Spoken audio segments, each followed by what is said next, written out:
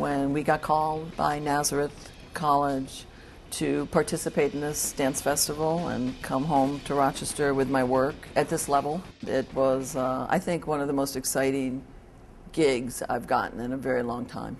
It was on par with the Winter Olympics in Vancouver.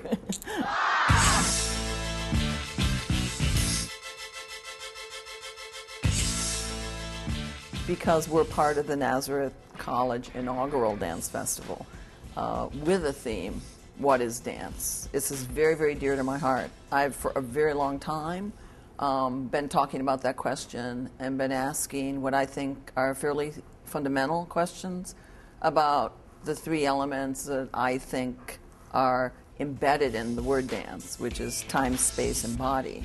And so to get the opportunity to be on a panel with not just my collaborators, with other people discussing the theme of the question, what is dance, will give me an enormous pleasure and also a great opportunity to have a dialectic with people in the community and in Rochester at large, or with Garth Fagan, one of my heroes, about what the heck is this field we're all involved in, because I think it needs a lot of excising, and we need to have a bunch of fights about what the heck it is. What is dance? And it's my favorite thing to stir a particular kind of controversy.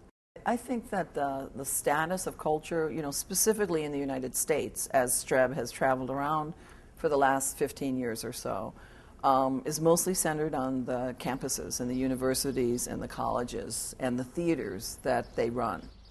The idea of new work and the idea of expanding the vocabulary of dance particularly, and the arts, the lifetime arts in general, are depending on the universities to lead the way.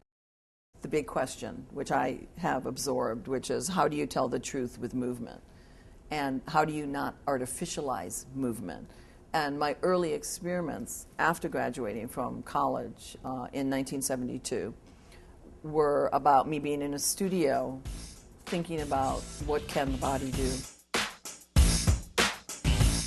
Can you go so fast that you disappear? Can two bodies occupy the same space at the same time? Can you go through a body if you do it just right rather than having to always go around each other? Why not have more than one base of support? Why just the bottoms of the feet? I really didn't understand if it's the art of movement, why we're just standing right side up. I wanted to develop a form that was called a movical that's about the action.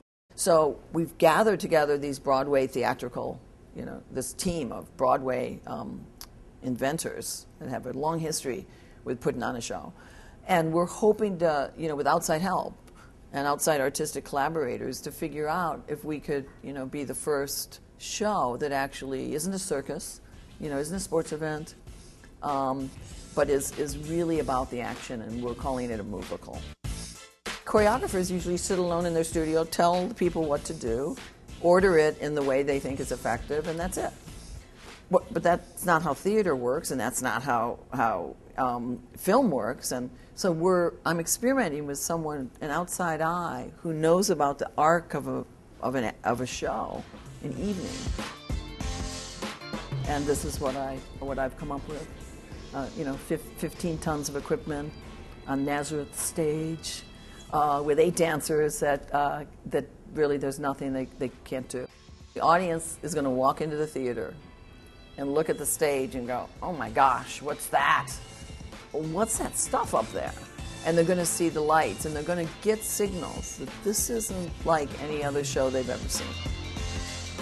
All of the parts are going to come together, and it'll be the first time that Forces gets presented with all of the bells and whistles in it. And we're unbelievably proud and excited to be doing it here at Nazareth and in Rochester.